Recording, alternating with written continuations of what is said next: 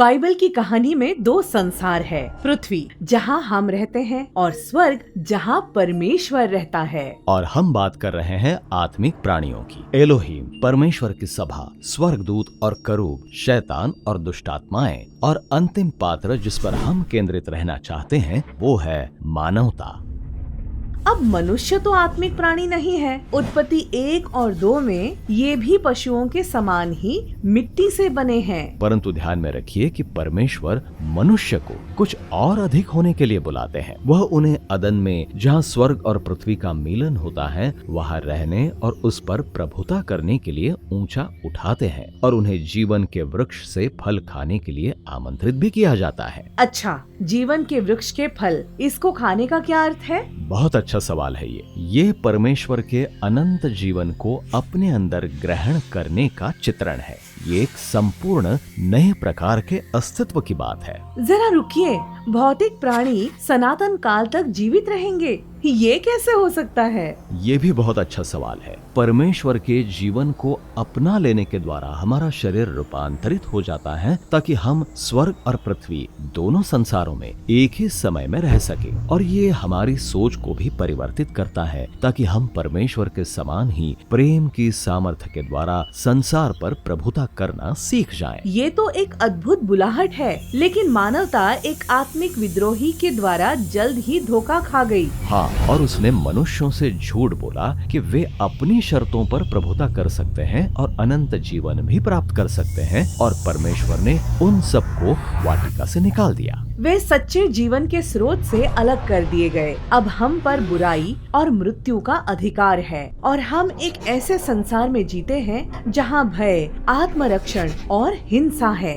पर परमेश्वर प्रतिज्ञा करते हैं कि एक दिन एक मनुष्य बुराई और मृत्यु को जड़ से हराने के लिए आएगा, और वो एक नया मार्ग खोलेगा जो फिर से एक हो गए स्वर्ग और पृथ्वी तक पहुँचाएगा। और ये प्रतिज्ञा पूरी होती है यीशु मसीह में। हाँ, जब यीशु से हमारा परिचय कराया जाता है तो वो एक मनुष्य है, पर वो इससे कहीं बढ़कर है। हाँ, हमें बताया गया है कि यीशु में परमेश्वर और मनुष्य एक हो गए हैं, ताकि वह सारी मानवता को उनकी खोई हुई बुलाहट की ओर फिर से लौटा लाए। और उसी धोखा देने वाले आत्मिक प्राणी ने यीशु की भी परीक्षा ली, किसी वाटिका में नहीं परंतु जंगल में। हाँ, वह यीशु से भी यही झूठ कहता है, तुम अभी से समस्त संसार पर प्रभुता कर सकते हो यदि तुम मेरे अधीन हो जाओ और मेरे कहे अनुसार काम करो। लेकिन यीशु जानता था कि ये झूठ मृत्यु तक पहुंचाता है, इसीलिए उसने इसे अस्वीकार कर दिया और वह बुराई की आत्मिक शक्ति पर विजयी हुआ।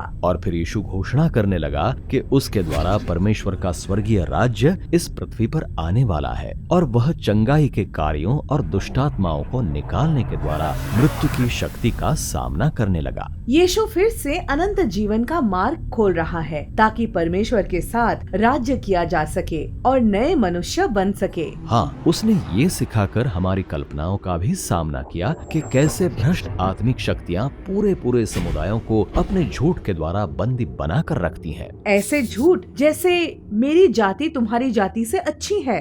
परंतु यीशु ने कहा कि प्रत्येक मनुष्य परमेश्वर के स्वरूप में है। या फिर ये झूठ कि हिंसा के द्वारा शक्ति स्थापित होती है, जबकि यीशु ने सिखाया कि वास्तविक शक्ति बलिदान और उदारता की मांग करती है। या फिर ये झूठ कि हिंसा के द्वारा शांति स्थापित होती है, जबकि उसने कहा कि सच्ची शांति अपने को न्यौछावर करने वाले प्रेम के द्वारा मिलती है। ये एक नए प्रकार की मानवता है। हाँ, एक ऐसी मानवता जो परमेश्वर के जीवन और प्रेम द्वारा परिवर्तित हो चुकी है। और यीशु ने इन आदर्शों के विषय में केवल बात ही नहीं की, परंतु उन्हें जी कर दिखाया। हाँ, बिल्कुल। वह परमेश्वर के स्वर्गीय राज्य को यरूशलेम में लेकर आया, ताकि इन शक्तियों का सामना कर सके, और इसी कारण उसे गिरफ्तार भी किया गया। तो शायद यीशु का मार्ग बुराई पर जय प्राप्त नहीं कर सकता है, परंतु यीशु के दृष्टिकोण से उसकी आने वाली मृत्यु तो वास्तव में एक युद्ध था। एक युद्ध? हाँ, युद्ध मनुष्यों के विरुद्ध नहीं, परंतु वास्तविक शत्रु के विरुद्ध। वह आत्मिक शक्तियाँ जो अपने झूठ से हमें बंदी बनाती हैं। यीशु ने अपना जीवन देकर बुराई को अपनी चरम सीमा तक काम करने दिया, परंतु परमेश्वर के प्रेम में मृत्यु में से भी जीवन उत्पन्न करने की सामर्थ्य है। और यही हुआ जब यीशु मृतकों में से जी उठा।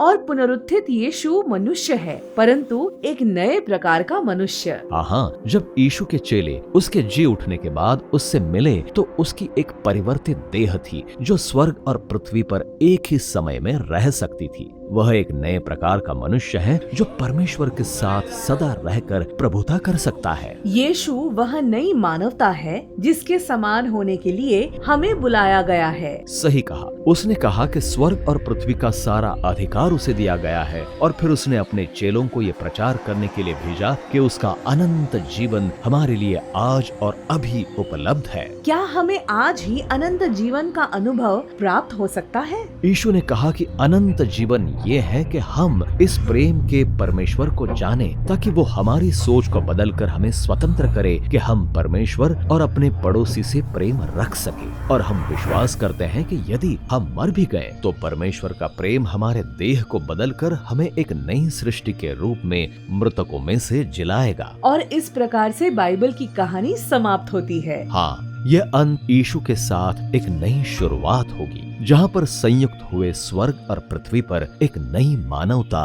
प्रभुता करेगी।